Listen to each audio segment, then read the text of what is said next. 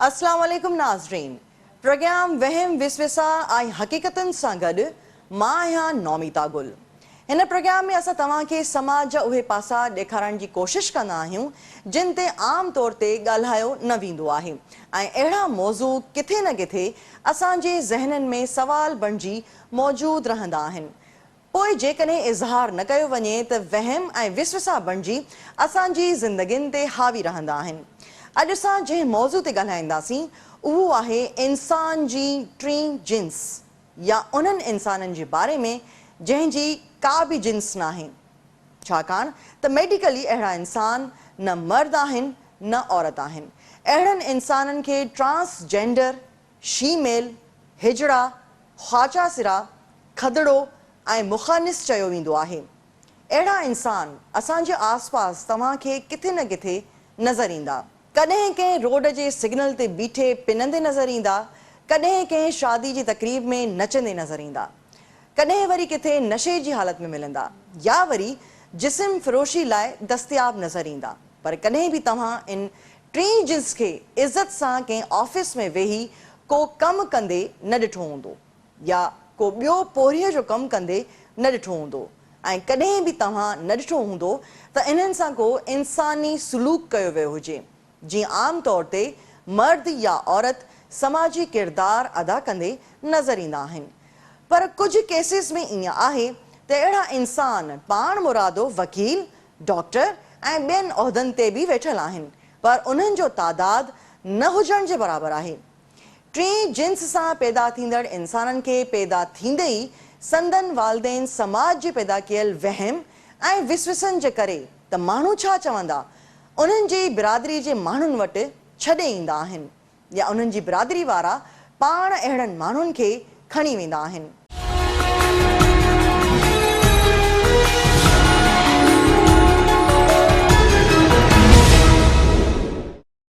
Welcome back नाज़रीन। Programme वहम विसविसा ऐं हक़ीक़तुनि में मां आहियां अव्हां सां गॾु नौमिता गुल। रिपोर्ट तव्हां ॾिठी। हिन वक़्तु असांखे वीडियो लिंक ते जॉइन कयो आहे डॉक्टर मुख़्तियार भुट्टो साहब जेके मेडिकल एक्सपर्ट आहिनि। अस्सलाम वालेकुम डॉक्टर मुख़्तियार साहब। वालेकुम अस्सलाम। Thank U. डॉक्टर साहब कहिड़ा हाल आहिनि? ठीकु आहियो? मां ठीकु आहियां, अल्लाह जी दुआ सां। डॉक्टर साहब महिरबानी तव्हां असांखे प्रोग्राम में जॉइन कयो। Thank U. डॉक्टर साहब असां जेको अॼु प्रोग्राम कयो आहे उहो ट्रांसजेंडर कम्युनिटी ते कयो आहे त ॼाणण पिया चाहियूं तव्हां खां त इंसान ट्रांसजेंडर या टीं जिन्स इंसान जी छाजे करे थिए थी? इलाही इम्पोर्टेंट टॉपिक आहे ऐं इनखे त असांजे मुआशरे में अनफॉर्चुनेटली जेको आहे उहो हिकिड़ो टेबू सम्झो वेंदो आहे एंड तव्हांखे जस्ट हुजे जो तव्हां हिन टॉपिक खे सिलेक्ट कयो आहे ऐं हिकिड़ी अवेयरनेस जेकी आहे उहा ॾियो पिया। जीअं असां सभु अल्लाह सुब्हानो ताला जी मख़लूक आहियूं ईअं ई जेको आहे उहो इंटरसेक्स या ट्रांसजेंडर्स या असांजा जेके स्पेशल भेण भाउ आहिनि उहे बि असांजा अल्लाह सुब्हानो ताला जी मख़लूक आहिनि। अच्छा, हाणे इहे कीअं था थियनि इनखे मां आसान लफ़्ज़नि में जेकॾहिं मां सम्झायां त जीअं पाण right from I mean Boeing जहाज़ खां वठी जेकॾहिं पाण रेफ्रिजरेटर ताईं वठूं था त उन सां गॾु हिकिड़ो इंस्ट्रक्शन मैनुअल अचे थो। ईअं ई जॾहिं अल्लाह सुब्हानो ताला असांजे पेट में कंहिं ॿार खे मोकिले थो पियो त उन सां गॾु उन जो हिकिड़ो मैनुअल जेको आहे इंस्ट्रक्शन मैनुअल रब्बुल आलमीन in the form of chromosomes उहो ॾिए थो पियो। ठीकु। क्रोमोसोम जेको आहे उहो हिकिड़ो पैटर्न हुजे थो ऐं उन में जेको आहे उहो असांखे आइडेंटिफिकेशन ऐं असांखे जेको आहे उहो हिकिड़ी जेकी आहे उहा असांखे जिन्स उहो क्रोमोसोम सां उहा मुतयन थी थिए। न सिर्फ़ु इहा बल्कि असांजो the colour of our hairs, the colour of our eyes, the complexion, everything goes as per our chromosomes. उन में कुछ स्पेशल क्रोमोसोम्स जेके असां सेक्स क्रोमोसोम्स चवंदा आहियूं उहे हुजनि था। उहे जेका फीमेल पार्टनर हूंदी आहे उन में एक्स हुजनि था उहे ऐं जेको मेल पार्टनर हूंदो आहे उन में उहे XY हुजनि था। जी बिल्कुलु। हाणे जेकॾहिं एक्स पाण में मिले थो पियो at the time of fertilisation जेको ज़ायगोट ठहे थो उहो अल्लाह सुब्हानो ताला उनखे असांखे न्याणी जी सूरत में ॾिए थो। ऐं जेकॾहिं XY क्रोमोसोम्स मिलनि था त उहो पोइ असांखे रब्बुल आलमीन जेको आहे उहो असांखे पुट जी हैसियत में उहो ॾिए थो पियो। ठीकु आहे। हाणे जेकॾहिं इहो क्रोमोसोमल पैटर्न जेको आहे due to any genetical disorder or any extra medication during the pregnancy or extra hormonal therapies due to some idiopathic reasons जॾहिं इहो क्रोमोसोमल पैटर्न जेको आहे उहो टुटे थो या एटिपिकल थी थो वञे त उन में पोइ एक्स एक्स एक्स ॻंढियो वञनि या एक्स वाई वाई ॻंढियो वञनि या एक्स ओ अचियो वञनि ऐं जॾहिं अहिड़े क़िस्म जी का मैचिंग थिए थी पई जेका मिसमैच बिल्कुलु न हूंदी आहे ड्यू टू जेनेटिकल डिसऑर्डर्स उन में पोइ जेको आहे उहो ट्रांसजेंडर या असांजो जेको आहे उहो इंटरसेक्स जेकी असांजी असांजा भेण भाउ आहिनि उहे थियो वञे। ठीकु ठीकु डॉक्टर साहब ट्रांसजेंडर्स जूं केतिरियूं क़िस्मूं थियनि थियूं इहो बि हिकिड़ो सुवालु आहे। जी जी एग्ज़ैक्टली इहो ॾिसो जीअं मूं पंहिंजी गुफ़्तगू में चयो त जेकॾहिं एक्स एक्स थियनि त न्याणी थी थिए पर जेकॾहिं एक्स एक्स एंड एक्स मिलनि था उन में जेका जिन्स थिए थी उहा ख़ातून ट्रांसजेंडर थिए थी।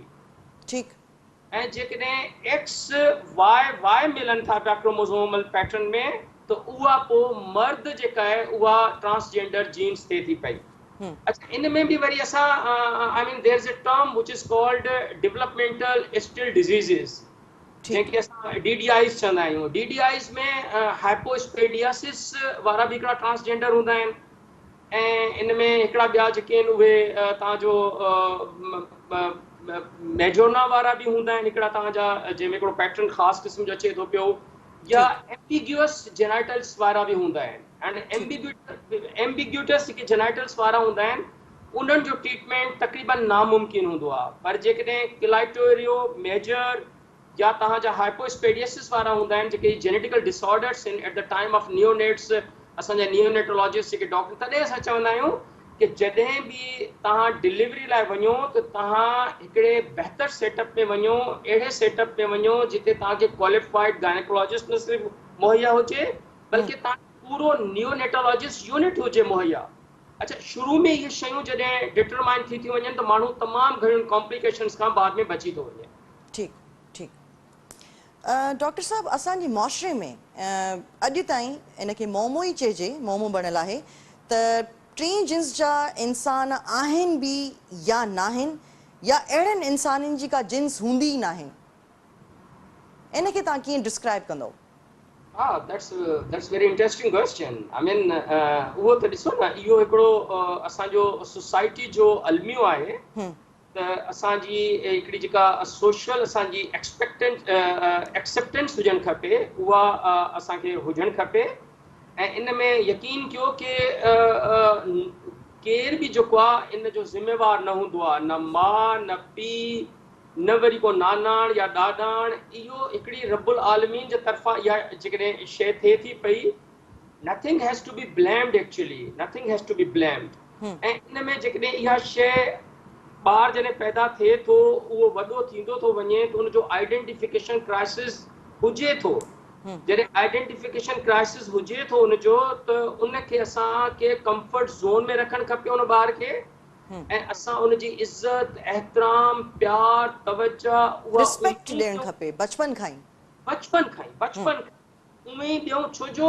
कुझु शयुनि में इहा शइ जेकी आहे जॾहिं ॿार उहो एडोलिसेंट एज ते थो पहुचे at the age of puberty थो पहुचे त पोइ उहे शयूं असांखे असरटेन करणियूं हूंदियूं आहिनि जंहिंमें हिकिड़ी डॉक्टर्स जी जंहिंमें यूरोलॉजिस्ट हूंदा आहिनि एंडोक्रोलॉजिस्ट हूंदा आहिनि सेक्सोलॉजिस्ट हूंदा आहिनि उन्हनि जी हिकिड़ी टीम हूंदी आहे जेका थॉटफुल पूरो करे पोइ उहो ट्रीटमेंट डिटरमाइन कंदी आहे to keep in account the benefits and the risk छो जो इन में रिस्क बि ओतिरो ई हुजे थो पर जेके रिपेयरेबल शयूं हुजनि थियूं जेकॾहिं को ट्रांसजेंडर छोकिरी हुजण जे वेझो आहे त असां with the expert opinion and by a series of genotype chromosomal examinations तमामु स्पेशलाइज्ड लेबोरेटरी में थियनि था त असां उनखे छोकिरी करे सघूं था ऐं जेकॾहिं एक्स वाई वाई क्रोमोसोम वारो पैटर्न हुयो मर्द आहे पर ट्रांसजेंडर डिक्लेयर थियल आहे असां उनखे बि इन्ही तरीक़े सां जेको आहे असां कुझु रिपेयरेबल सर्जरीज़ थियनि थियूं जंहिंमें असां उनखे मर्द करे सघूं था पर जेके जी मूं अॻु में ई चयो त जेकॾहिं एम्बिगुअस जेनेटेलिया आहिनि त उनखे असां नथा करे सघूं। ठीकु ठीकु। डॉक्टर साहब जीअं तव्हां ॻाल्हि कई त ॿारु पैदा थिए थो जीअं, ऐं ज़ाहिर सी ॻाल्हि आहे जेंडर मां ख़बर पवंदी आहे त ॿारु औरत आहे या मर्द आहे। पाकिस्तान में छा इन टाइप जूं सर्जरीज़ पॉसिबल आहिनि ऐं उन्हनि जो ख़र्चो केतिरो आहे? Again, I mean, this is something which I won't be able to tell you exactly. Actually, I'm sorry for that. So, जो मां basically consultant physician आहियां, and मुंहिंजी geneto urinary medicine मुंहिंजी specialization आहे. I'm a physician who deal with the patients जेके जिन्हनि जी अज़दवाजी ज़िंदगी खुदा न ख़ास्ता कंहिं बि रीज़न सां ख़राब थियो वञे या खुशगवार न थी रहे ड्यू टू डायबिटीज़ या ब्लड प्रेशर या हार्ट डिज़ीज़ या ओबेसिटी, ये सब फैक्टर्स आहिनि, इन्हनि सां मां डायरेक्टली रिलेटेड आहियां। जेसिताईं तव्हांजो इहो क्वेश्चन आहे कि इन जी सर्जरी जी कॉस्ट छा आहे या इहे ऑपरेशन इते थियनि था पिया, यस, उहे जिन्हनि में रिस्क एतिरो इन्वॉल्व न आहे उहे असांजे टर्शरी हॉस्पिटल्स में जेके प्राइवेट कुझु हॉस्पिटल्स आहिनि उते इहे थियनि पिया। बाक़ी छो जो मां लंडन में इंग्लैंड में रहियो आहियां त उते हिकिड़ी हॉर्ले स्ट्रीट आहे, उते डेफिनेटली इहे प्रोसीजर थियनि था, बट कॉस्ट छा आहे exactly I don't know about that cost. ठीकु। डॉक्टर साहब, हर इंसान में एहसासात ऐं जज़्बात बि हूंदा आहिनि, चाहे वो मर्द हुजे या औरत हुजे, ठीकु आहे। ट्रांसजेंडर जा एहसासात बि साॻिया थी सघनि था या उहो बि हिकिड़ो मिक्सअप असांखे नज़र ईंदो? न न, उन में ॾिसो, एहसासात त हर जीवत में आहिनि। जेकॾहिं तव्हां कंहिं पखी खे बि सताईंदो त उहो बि उन में बि एहसास आहे, टू बी वेरी ऑनेस्ट। एहसास जेको आहे त हीअ त असां वांगुरु अशरफुल मखलूक़ात हूंदा आहिनि, असां वांगुरु इंसान हूंदा आहिनि, दे पजेस ऑल फीलिंग्स, इन्हनि खे सभु एहसास हूंदा आहिनि। ये बल्कि अञा वधीक मुझे ख्याल में आई वुड से कि सेंसिटिव हूंदा आहिनि इहे। असांखे as a legitimate and conscious and lawful citizen of any मुआशरा असांखे इन्हनि जी वधीक इज़त ऐं एहतराम ऐं ख़्यालु करणु खपे, उहो चाहे उन्हनि जो फीलिंग्स जो हुजे या सेक्सुअल रिलेशनशिप जो हुजे। छो त असांजो मुआशरो इन्हनि खे धुतकारींदो आहे, तव्हां अक्सर ॾिठो हूंदो असां इन्हनि खे एक्सेप्ट ई न करे सघिया होॾे ताईं। इहो टू बी वेरी ऑनेस्ट ज़ुल्म आहे ऐं इहो बिल्कुलु ईअं न हुजणु खपे। असांखे इन्हनि खे उन तरीक़े सां इज़त ॾियणु खपे।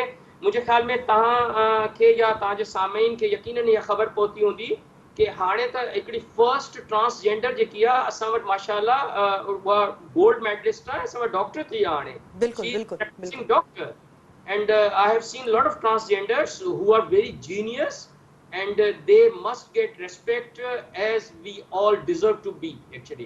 पर डॉक्टर साहब उन्हनि जो अंग बि तमामु घटि आहे, अक्सरियत जेकी आहे उहा धुतकारियल आहे। इहो त ॾिसो न, पंहिंजो इहो त असांजे मुआशरे जो अलमियो आहे। असां वटि ग़रीब माण्हू खे या ॾुबरे इंसान खे या मिस्कीन मज़लूम माण्हू खे ई माण्हू धुतकारनि था, हे त वरी वीचारो जेको आहे उहो you know what I mean. ठीकु, वॾी महिरबानी मुख्तियार डॉक्टर साहब, तव्हां असांखे जॉइन कयो। नाज़रीन, प्रोग्राम में हिन वक़्तु थियो आहे शॉर्ट कमर्शियल ब्रेक जो, असां सां गॾु रहिजो।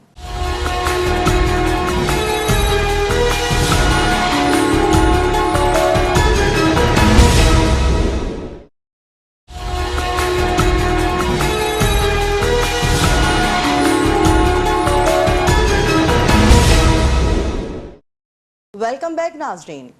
प्रोग्राम वहम विसविसा ऐं हक़ीक़त में मां आहियां अव्हां सां गॾु नौमीता गुल, ऐं मूंसां गॾु हिन वक़्तु स्टूडियोज़ में मौजूदु आहिनि कामी सिद, जेके ख्वाजा सिरा आहिनि। अस्सलाम वालेकुम कामी साहिबा। वालेकुम अस्सलाम। कैसी हैं आप? ठीक हैं? मैं ठीक हूँ, और आप कैसी हैं? बहुत शुक्रिया, आपने हमें ज्वाइन किया। थैंक यू सो मच मुझे बुलाने के लिए प्रोग्राम के अंदर। कामी, आज आपकी कम्युनिटी के हवाले से, जो ख्वाजा सिरा कम्युनिटी है, इनके हवाले से मैंने प्रोग्राम किया है। इट्स अबाउट नॉलेज, आगाही। हम बताना चाहते हैं लोगों को कि आप ट्रांसजेंडर हो, आपके हुकूक क्या हैं, और आपकी भी फैमिलीज़ होती हैं, आप भी सरवाइव करते हैं, आप भी हम जैसे हैं, इंसान हैं। थोड़ा सा अपनी फैमिली के बारे में बताइएगा। जब हम कहते हैं कि हम भी इंसान हैं तो देखें कितना मुश्किल है अपने बारे में बताना और इस तरह लोगों को समझाना कि ख्वाजा सारा लोग भी इंसान है और हमको इंसान की तरह ट्रीट करें, हम भी अशरफुल मखलूक़ात हैं और हमें भी अल्लाह ताला ने उसी तरीके से उसी अमल के साथ पैदा किया जिस तरह दूसरे आदमी या औरत को। मैं नॉर्मल वर्ड इस्तेमाल नहीं करती क्योंकि मुझे लगता है कि बहुत मुश्किल है जी चीज़ों को नॉर्मल करना है सोसाइटी के अंदर। So when it's come two my family, because मैं एक मुस्लिम कंजर्वेटिव फैमिली से ताल्लुक़ रखती हूँ, मेरी फैमिली में मेरी जो परवरिश है वो एक सिंगल मदर ने की है और मेरे साथ साथ मेरे जो 7 अगले अदर बहन भाई हैं उनकी भी। तो आई थिंक मैंने अपनी मदर से बहुत कुछ सीखा है। और क्या सीखा है कि निडर रहना है और दुनिया आपको कभी भी खुश रहने नहीं दे सकती। But when it's come two my other siblings, मेरे जो दूसरे बहन भाई हैं उनमें से कुछ लोग सपोर्ट करते हैं, कुछ लोग सपोर्ट नहीं करते। जब आप बड़ी होती हैं उसके बाद आपको मुख्तलिफ रवैये देखने में आते हैं। सबसे पहले शुरुआत घर से ही होती है। आपने बताया कि आपकी जो वालदा हैं वो बड़ी सपोर्टिव रही हैं, स्टिल आपके साथ ही होंगी वो, तो किस तरह उनका रवैया था? जैसे आपने बहन भाइयों की बात की, क्या उनके रवैये थे कि उन्होंने मुसलत किया आप पे? कितनी उम्र तक आपने स्ट्रगल की अपने आप को मनवाने के लिए? देखिए, स्ट्रगल तो अभी भी जारी है। घर नहीं तो बाहर, बाहर नहीं तो आपके रिश्तेदार आपको जीने नहीं देते। So when it's come two my family, तो क्योंकि मैंने बताया कि हम सबको एक सिंगल मदर ने पाला और हम सबकी परवरिश भी की, और आई थिंक हम जिस सोसाइटी में रहते हैं, हमारे जिस तरह की अपब्रिंगिंग है, हमें अगर कोई भी शख्स मुख्तलिफ है तो उसको इतना मुख्तलिफ बना दिया जाता है कि वो आम सी चीज़ों के अंदर इंडल्ज नहीं हो पाता। तो ऑनेस्टली स्पीकिंग मुझे आज तक नहीं पता चला कि मैं मुख्तलिफ क्यों हूँ। ये सोसाइटी ने मुझे बताया कि मैं डिफरेंट हूँ, अदरवाइज क्या डिफरेंट है? हालांकि आप खुद अपने आप को महसूस नहीं कर रही थी इस तरह। बिल्कुल ऐसा कुछ नहीं। ठीक है। तो ये सब तो सोसाइटी और जो हमारे रिलेटिव्स हैं सो कॉल्ड, और जो हमारे कहते हैं लोग के लोग क्या कहेंगे, लोग तो कुछ भी लोग नहीं बहुत कहते। कुछ कहते हैं। वो तो कहने दें उनको। तो देखें कि एक शख्स जिस अल्हम्दुलिल्लाह शायद मेरे पास वो नॉलेज थी कि मैं इतनी प्रिविलेज थी कि मैं उन तमाम चीज़ों से बाहर निकल कर आई। व्हाट अबाउट दोस्त जिनके पास वो नॉलेज नहीं है, जो अपनी जेंडर आइडेंटिटी को पहचान नहीं सके या अभी तक नहीं पहचान सके, क्योंकि ये पूरा प्रोसेस है। और जब एक बच्चा जिसके दिमाग में बात बिठा दी जाए कि तुमने इस तरह बिहेव नहीं करना, तुमने औरतों की तरह बिहेव नहीं करना या तुमने मर्दों की तरह बिहेव नहीं, तो ये तो हमारे अपने बनाए हुए तौर तरीके हैं जिसके अंदर हम दूसरे लोगों को ढालना चाहते हैं। ठीक है। और जब हम ज़बरदस्ती करते हैं किसी चीज़ के लिए, तो शायद उस चीज़ में बिगाड़ आ जाता है। सही। आपकी उम्र तालीम हासिल करने की हुई तो आप किस तरह स्कूल में गईं? आपको किसने सपोर्ट किया? स्कूल में आपकी आइडेंटिटी, जाहिर सी बात है हमारे पास फॉर्म में मर्द औरत का खाना होता है ना, एक कॉलम होता है, ख्वाजा सरा का नहीं है। ठीक है। किस तरह आप अपने आप को आपने वहाँ पे एडजस्ट किया? लोगों के रवैये, दूसरे बच्चों के रवैये, किस तरह था सारा? देखिए, जो अल्फाज ख्वाजा सरा है जी, बुलाने के लिए किसी कम्युनिटी को, यहाँ ट्रांसजेंडर बहुत मॉडर्न वर्ड है, वेस्ट से आया है। ये तो अभी बहुत हुए ना, मतलब पिछले 8 से 10 साल के अंदर। उससे पहले जब मैं स्कूल जाती थी तो मुझे बहुत बुली का सामना करना पड़ता था। जो स्कूल के अंदर मैंने को एजुकेशन से पढ़ा है, जो लड़के थे मुझे तंग करते थे, और मैं जब टीचर से कहती थी कि मुझे तंग करते, तो कहती थी कि तुम लड़कियों के साथ जाके बैठ जाओ, तो जो कि किसी मसले का हल नहीं था। मसले का हल नहीं तो था। शायद उन लड़कों को समझाना चाहिए था। तो आप देखें कि स्कूल्स के अंदर अभी तक कोई ऐसा सिलेबस नहीं पढ़ाया जाता जिसके अंदर तमाम इंसानियत के बारे में बताया जाए, तमाम लोगों के बारे में, जेंडर के बारे में, सेक्सुअलिटी के बारे में बात की जाए। जब आप आईडी कार्ड बनवाने गई होंगी उसमें आपको कितनी मुश्किलात दरपेश आई? ऑब्वियसली हमारे प्रोसेस थोड़ा सा डिफिकल्ट है, बट मैंने रिसेंटली अपना आईडी कार्ड बनवाया है, जेंडर ट्रांसजेंडर वाला, जिसको आईडी कार्ड कहते हैं अंग्रेजी में। इसमें सेक्स नहीं जेंडर लिखा हुआ है, इसमें आगे जेंडर एक्स लिखा हुआ है। आईडी कार्ड बनाने का प्रोसेस थोड़ा सा मुश्किल है। जेंडर एक्स लिखा हुआ है, तो उसको हम डिस्क्राइब कैसे करेंगे? उसको इस तरह डिस्क्राइब करेंगे कि जिस तरह मर्दों का M, औरतों का F लिखा होता है। ठीक है। तो हुकूमत पाकिस्तान ने ट्रांसजेंडर को X की आइडेंटिटी दी। ठीक है। अक्सर आपकी कम्युनिटी में गुरु होते हैं, तो आपकी गुरु से मुलाकात कब हुई? सो मेरी गुरु जो है वो मेरी एक बेस्ट फ्रेंड है बेसिकली। ये भी मैं बताती चलूँ क्योंकि अक्सर लोगों को ये दिमाग में होता है कि वो गुरु है तो वो बाप की तरह डील करेगा आपको और आपके साथ गलत रवैया रखेगा और उसकी बात मान ली। नो, इट्स नॉट लाइक दैट। मैं भी गुरु हूँ, मेरे भी 4-5 चेले हैं। अच्छा। और हाँ, ऑब्वियसली, और they respect me and I give them all the love which they want. So basically ये सिर्फ एक माइंड सेट है. गुरु लफ्ज का मतलब ये है कि एक बड़ा बंदा हो. Guru is a father figure in ठीक है, transgender community. ठीक है. So when we say father figure, it means कि उसकी जिम्मेदारियां हैं कि वो सबको जोड़ के रखे. कामी, आप अकेली रहती हैं, घर वालों के साथ रहती हैं, किस तरह का आपका रहन सहन है, ये हमें बताइएगा. So मैं पहले तो घर वालों के साथ रहती थी. When I came out as a first Pakistani transgender model, तो मुझे लगा कि अब मुझे थोड़ा सा घर वालों से अलग रहने की, क्योंकि मैं इंडिपेंडेंट शख्स हूँ, मैं अपना खुद कमाती हूँ और मैं एक तंजीम चलाती हूँ, उसके साथ साथ मॉडलिंग एक्टिंग भी करती हूँ साथ साथ. तो घर से रहने का अलग मकसद ये था कि एक तो मैं कम्युनिटी में बहुत ग्राउंड का काम कर रही हूँ, तो रात को 3-4 बजे भी मुझे पुलिस स्टेशन जाना पड़ता था कभी कभार कोई वायलेंस हरासमेंट का केस. क्या काम करती हैं, थोड़ा सा मैं समझाइएगा. एक इदारे में काम करती हूँ. I am executive director of Sabrang society. Sabrang society जो है वो 3-4 चीज़ों पर काम करता है. हम वायलेंस हरासमेंट को मिनिमाइज़ करते हैं, कम्युनिटी को एम्पावर करते हैं कि वो जॉब्स करें, इसके साथ साथ पॉलिसी मेकिंग का काम करते हैं, और उसी के साथ साथ हम जो है कम्युनिटी को एम्पावर करते हैं कि वो अपनी आवाज़ को बुलंद. अक्सर ख्वाजा सिरा सिग्नल्स पे खड़े या तो मतलब भीख मांग रहे होते हैं, या ताली बजाते हैं, या नाच गाने का काम करते हैं. कभी आपको ये तजुर्बा हुआ या आपके गुरु ने कभी आपको मजबूर किया हो इन सारी बातों के लिए, या कभी आपका खुद का दिल हुआ हो देख के कि अगर ये ही काम है मेरा तो मैं ये भी करके देखूं?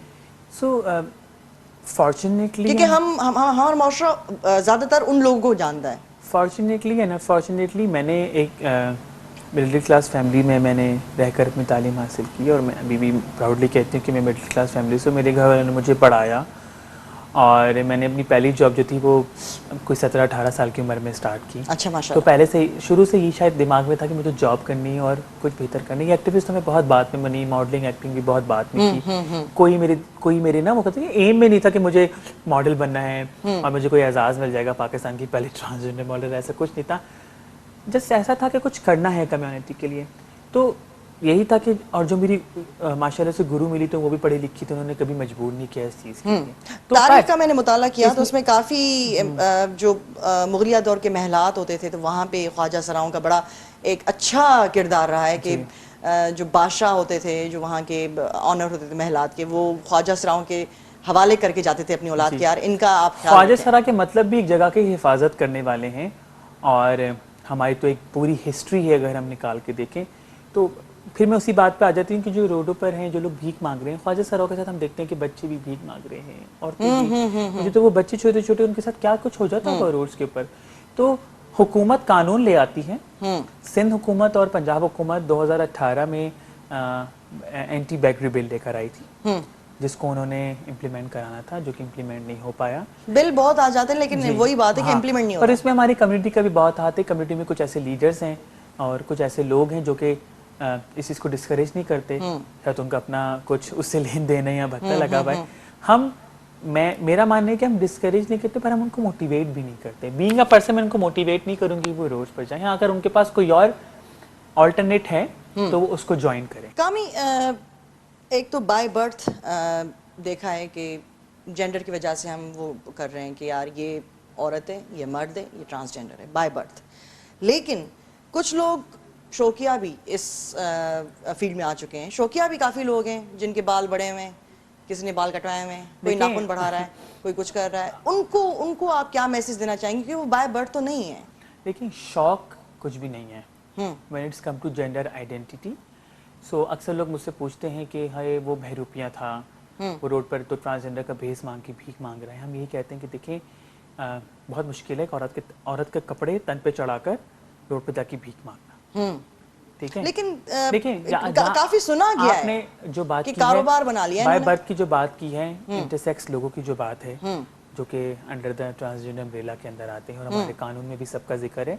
तो वो लोग जो हैं वो तो आटे में नमक के बराबर हैं, और उन लोगों के साथ बहुत गलत होता है, क्योंकि शुरू में ही उनके पेरेंट्स चाहते हैं कि उनकी कोई सर्जरी कराकर उनको किसी एक जेंडर में कर दिया जाए.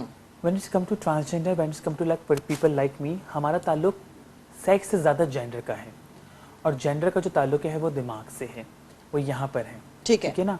और मुझे कोई 32-33 साल हो गए हैं इस वक्त, और मैंने पूरी एक जर्नी गुजारी है.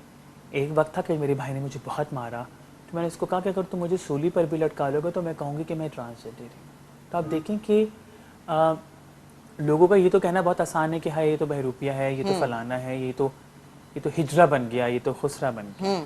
उनको ये नहीं पता कि एक शख्स जिसने अपने आप को आइडेंटिफाई किया, उसके लिए उसको वो आइडेंटिफाई करना आपकी नज़र में कितना आसान है या मुश्किल है। मेरी नज़र में तो बहुत मुश्किल है, क्योंकि लोग इतना स्पेस ही नहीं देते कि हम अपने आप को आइडेंटिफाई कर सकें कि I am a transgender women और ट्रांसजेंडर मैन और कुछ भी। और फिर हम बात करते हैं इंटरनेशनली, हम हॉलीवुड फिल्म्स देखते हैं, हम सीख तो कुछ भी नहीं दूसरी चीज़ों से। तो बात यह है कि यहाँ पर सिर्फ अवेयरनेस की कमी है कम्युनिटी को लेकर, और दूसरा एक्सेप्टेंस की कमी है। बर्दाश्त मत करें, एक्सेप्ट करें हमें। ठीक है। आपने कहा कि जब आप स्कूल लाइफ में गई, उसके बाद कॉलेज भी आप जा चुकी हैं, वहाँ पर आपको काफ़ी मुख्तलिफ रवैये, मुख्तलिफ लोगों के रवैये देखने के लिए मिले। हैरासमेंट के वाक़े आपके साथ हो चुके हैं कभी? कभी आपके साथ कोई वाक़या हुआ इस तरह, हैरासमेंट या इस किस्म की जो होती हैं चीज़ें? स्कूल लाइफ के अंदर मैंने बताया बहुत बुली होती थी मैं, मेरे ऊपर बहुत मजाक उड़ाया जाता था, this is one of the harassment as well. और जब मैं ग्रोइंग एज में थी तो लोग बहुत आवाज़ें कभी भी मैसेज कर देते हैं कुछ भी। जो हैं वो जिस्म फरोशी की तरफ भी आपकी कम्युनिटी से लोग चले जाते हैं, उनके बारे में आप क्या कहना चाहेंगी? वाकई ऐसा है या ये भी एक मतलब सुनी सुनाई बात है? देखिए, उनके पास कोई और ज़रिया नहीं है, और एक ख्वाजा सरा किसी दूसरे ख्वाजा सरा के साथ जिस्म फरोश नहीं कर रहा है। ठीक है। तो बात यही है कि हमारे जो हम कहते हैं ना कि डुअल नेचर के लोग हैं, डुअल पर्सनालिटी के लोग हिपोक्रेसी, या ये बहुत हिपोक्रेट हैं लोग हमारे यहाँ पर, कि ख्वाजा सराओं के साथ वो अमल भी करेंगे जो शायद उनको नहीं करना चाहिए, और बाद में वो उनको गलत भी कहेंगे। कोई मैसेज देना चाहेंगी हमारे प्रोग्राम के थ्रू? बहुत सारे लोग आपको देख रहे हैं, कोई मैसेज दीजिए। मैं सिर्फ ये मैसेज देना चाहूँगी कि हमें सबको फ्रॉम टॉप टू बॉटम, जो भी लोग हैं, हमारे पॉलिटिशियन से लेकर हमारे समाजी वर्कर, हमारे आम लोग जो इस प्रोग्राम को देख रहे हैं, हमें ख्वाजा सरा लोगों की रिस्पेक्ट करनी है, और जो भी हम लफ्ज़ इस्तेमाल करते हैं बहुत ध्यान से हमें इस्तेमाल करने हैं। हम हिजरा, खुसरा, छक्का, जनाना, इस तरह के अल्फाज हमने सोशल मीडिया पर भी देखे हैं, और हम बहुत सारे चैनल्स पर भी देखते हैं कि आपस में मजाक उड़ाता है। तो इस कम्युनिटी को इस्तेमाल करते हुए तो इन तमाम लफ्ज़ों के बहुत खूबसूरत मायने हैं, इसके बारे में ज़रूर जानने की कोशिश करिए। और हम क्या चाहते हैं, ख्वाजा सरा कम्युनिटी डिग्निटी से जीना चाहती है, और वो तमाम हुकूक चाहती है जो कि एक दूसरे आदमी या औरत के पास हैं। Thank U.